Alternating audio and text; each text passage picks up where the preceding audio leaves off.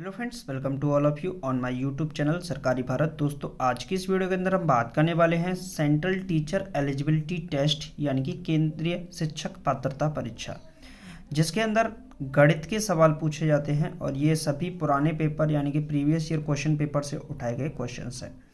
तो इस प्रकार के क्वेश्चंस आपके एग्जामिनेशन में पूछे जाते हैं। आगामी परीक्षाओं के लिए ये बहुत ज़्यादा महत्वपूर्ण होंगे।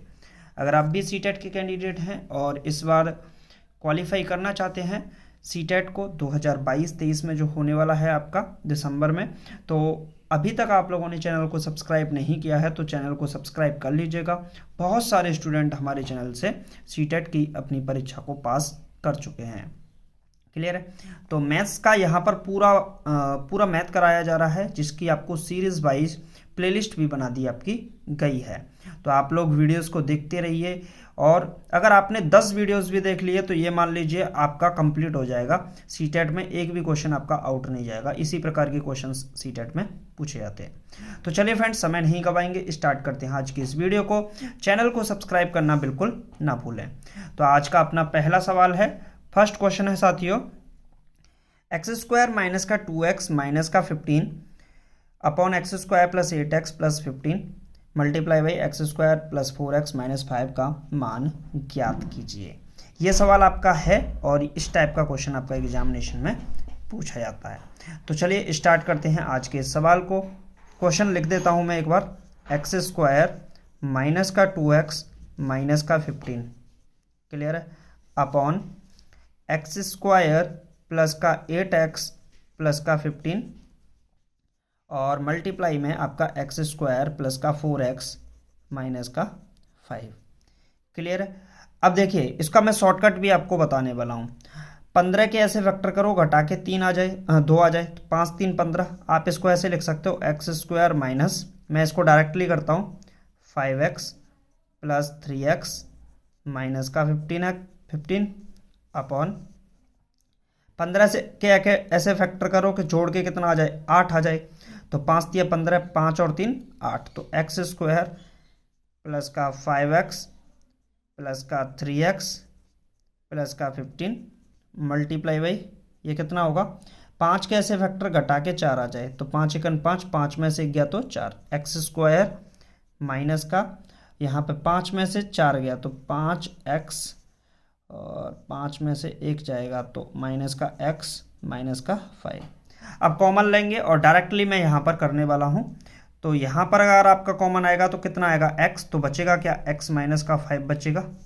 और यहाँ से कॉमन क्या आएगा आपका, 3 आएगा, तो x यहाँ से 3 यहाँ से, तो x प्लस 3 ये बना आपका। क्लियर है?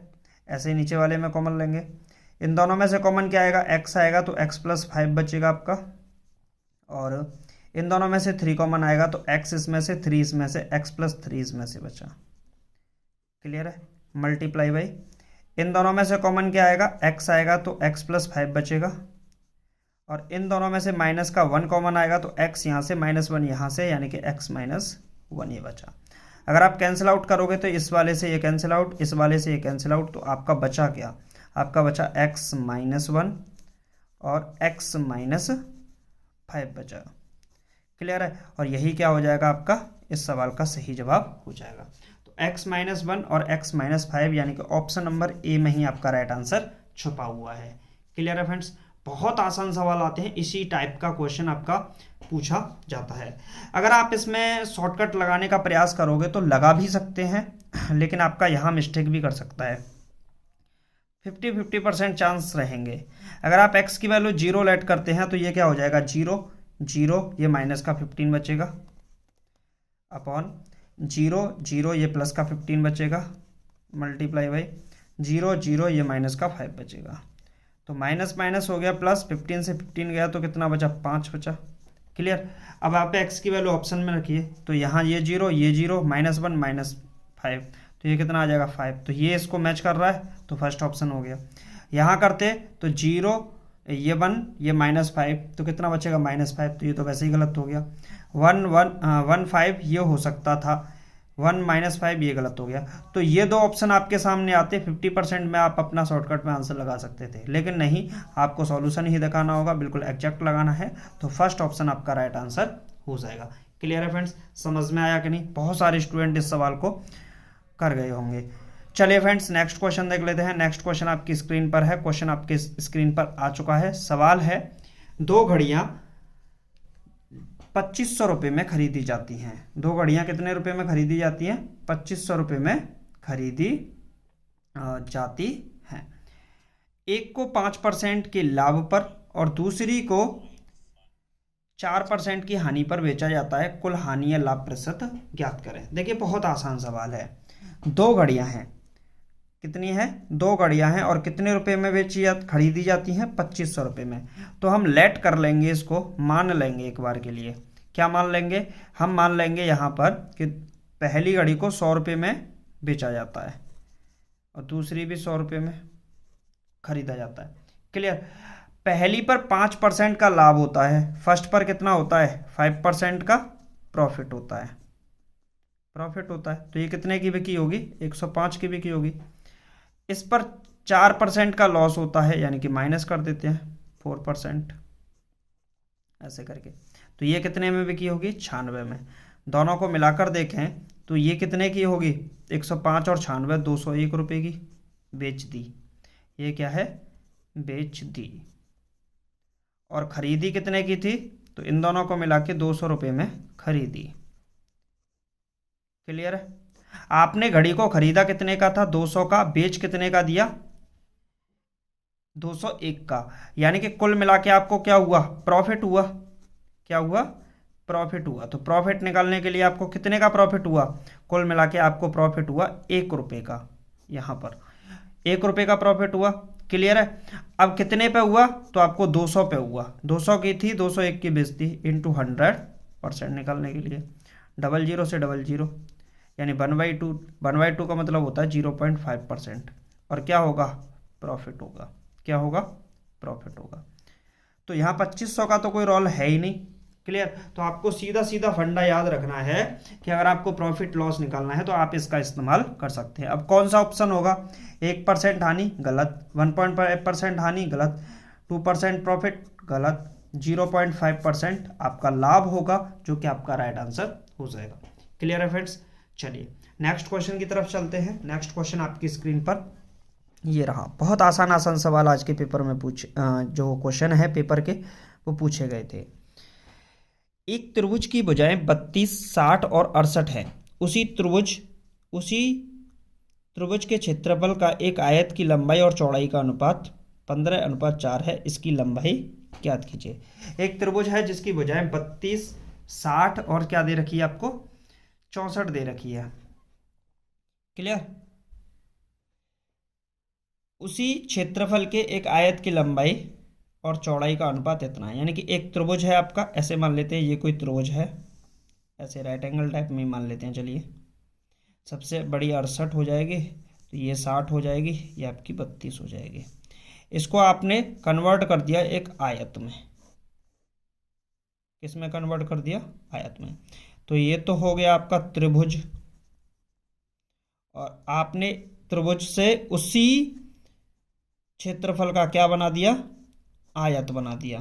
तो आयत की लंबाई और चौड़ाई का अनुपात, यानी कि लेंथ रेशियो ब्रेड्थ कितना दे रखा है? 15:4। यानी कि लेंथ आप मान सकते हो 15x और ब्रेड्थ को आप मान सकते हो 4x। अब यहाँ पर आप दो तरीके से इसको सॉल्व कर सकते हो। एक है Heron's formula, square root of s, s minus a, s minus b, s minus c। एक तरीका तो ये है, और दूसरा तरीका और होता है। दूसरा तरीका क्या है? तो मैं पहले एक एक करके दोनों को बताता हूँ आपको। चलिए, तो सबसे पहले हम क्षेत्रफल निकालते हैं। त्रिभुज का क्षेत्रफल हम लिख सकते हैं यहाँ पर, त्रिभुज का क्षेत्रफल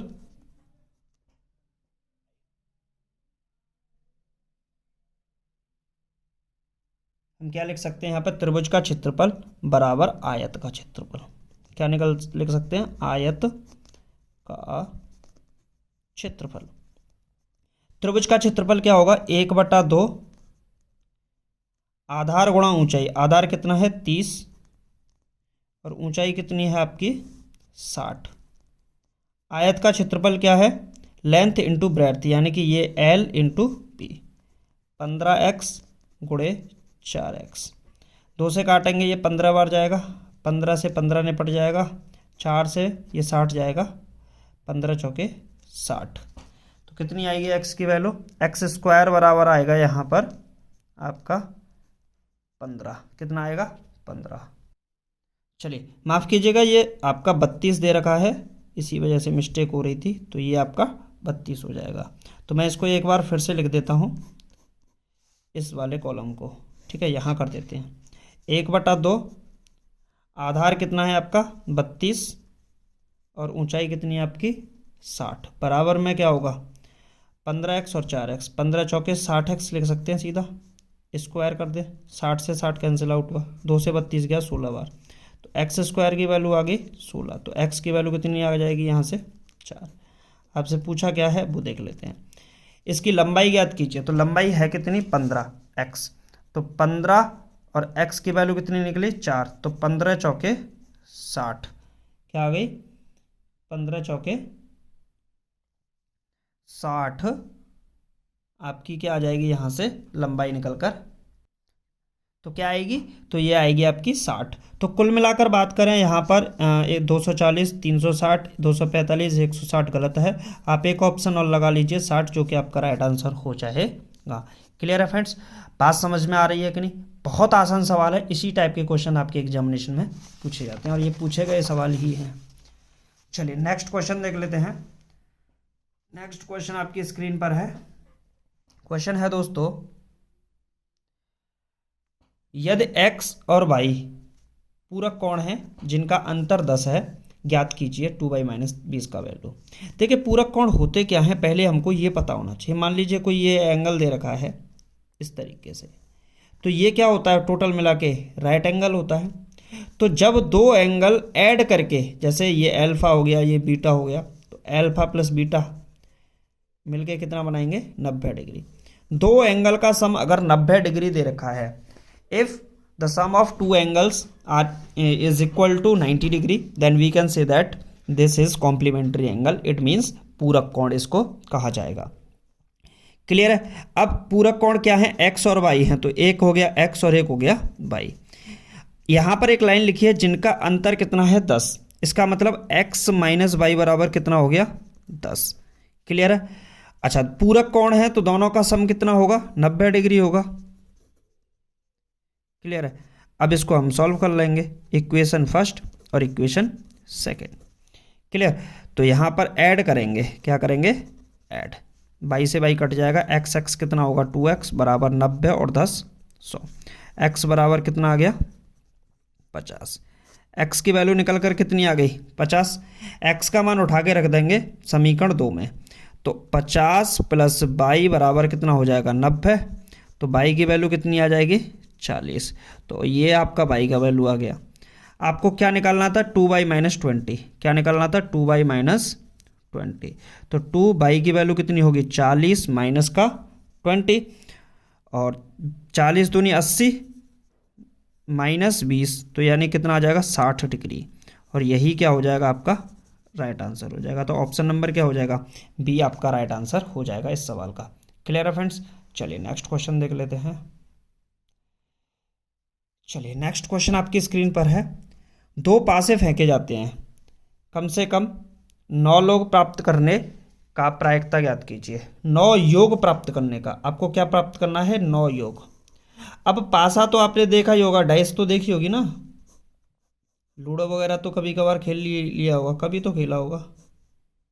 तो डाइस पर कितने अंक होते हैं 6 तक होते हैं, 1 2 3 4 5 और 6, ये 6 तक मार्क्स होते हैं आपके, 6 मार्क होते हैं किस पे डाइस के ऊपर।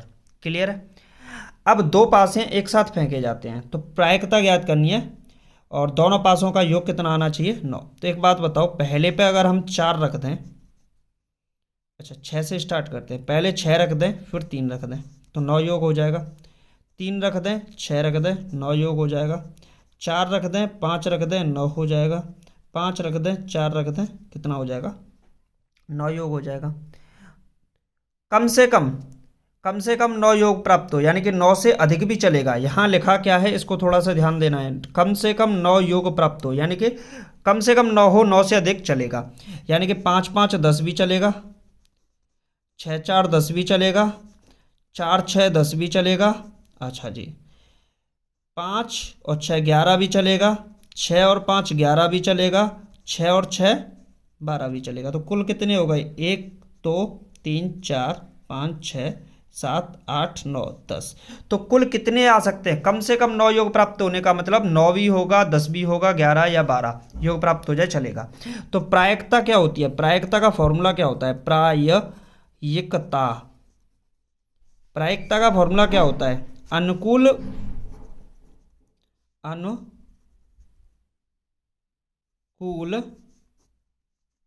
घटना बटे कुल घटनाएं, कुल घटनाएं। अनुकूल घटनाएं बटे कुल घटनाएं प्रायिकता का फॉर्मूला होता है। तो अनुकूल घटनाएं कितनी है? अनुकूल घटनाएं हैं 10 और कुल घटनाएं कितनी है? 2 पास हैं फेंके जाते हैं तो 6 × 6 यानी कि 36 हो जाएगा। 2 से कैंसिल आउट करेंगे 5 और 2 से कैंसिल आउट करेंगे 3, तो 5/6 18। तो क्या हो जाएगा? 5/18 आपका इस सवाल का सही जवाब हो जाएगा, यानी कि ऑप्शन नंबर बी आपका बिल्कुल सही होगा। क्लियर है फ्रेंड्स? चलिए नेक्स्ट क्वेश्चन देख लेते हैं और ये लास्ट क्वेश्चन होगा इस वीडियो का। 54 डिग्री, 80 डिग्री, 116 डिग्री तथा x डिग्री एक चतुर्भुज के कोण हैं, ज्ञात कीजिए ये। 3x माइनस का 140। तो एक चतुर्भुज बना देते हैं। यह कोई मान लीजिए चतुर्भुज है। क्लियर है? चतुर्भुज के कोण कितने हैं?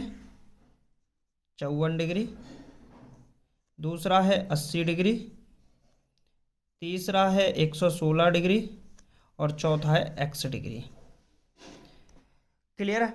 अब चारों कोण दे रखे हैं तो चतुर्भुज के सभी कोणों का योग कितना होता है? तो ये होता है 360 डिग्री, यानी कि पहला x degree plus 116 degree plus 54 degree plus 80 degree बराबर कितना होगा? 360 डिग्री। x प्लस 116 और 54 कितना होगा? 16 और 54, 54 और 6 60, 60 और 70, यानी कि यह हो जाएगा आपका 116, 54 और 80। तो 6 4 10, 8 5 13 और 1 14 और 1 15 और ये कितना होगा? 2, 250 हो जाएगा कुल मिला के। कितना होगा? 250, यानी कि 250 डिग्री। क्लियर है? बराबर 360 डिग्री। तो x बराबर कितना आएगा? 360 डिग्री माइनस का 250 डिग्री। तो x की वैल्यू निकल कर कितनी आ जाएगी? 50, 110 डिग्री आ जाएगी। क्लियर है? कितनी आएगी? 110 डिग्री। एक बार चेक कर लेते हैं रिपीट में। 54 और 16 ये हो जाएगा आपका 54 और 6 60, 60 110 170, 170 और 80 250, 250 को 360 में से तो 110 डिग्री। तो यहाँ पर हम ई ऑप्शन बनाएंगे 110 डिग्री, क्योंकि 210 गलत है, 190 गलत है, 180 गलत है, 195 गलत है, 110 डिग्री आपका इस सवाल का राइट आंसर हो जाएगा। लेकिन अगर x पूछता तो, लेकिन पूछा है आपसे 3x माइनस 140, तो आपको वैल्यू पता लगानी है 3x माइनस 140। क्लियर है? तो 3x की वैल्यू कितनी है? 110 डिग्री माइनस 140, तो ये कितना हो जाएगा? 3 होगा यहाँ पे। तो 3 का गुणा करेंगे 330 डिग्री माइनस 140, तो ये बचेगा 0। 13 में से 4 गए तो 9, 1 190 डिग्री, यानी कि ये वाला भी ऑप्शन गलत हो गया। ऑप्शन नंबर बी आपका राइट आंसर हो जाएगा।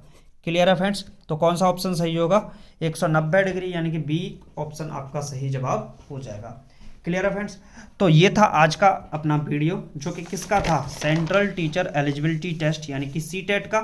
और जो भी कैंडिडेट ऐसे हैं जो सीटेट की तैयारी कर रहे हैं, बहुत सारे कैंडिडेट हैं, अभी तक बहुत सारे कैंडिडेट ऐसे हैं जिन्होंने चैनल को सब्सक्राइब ही नहीं किया होगा।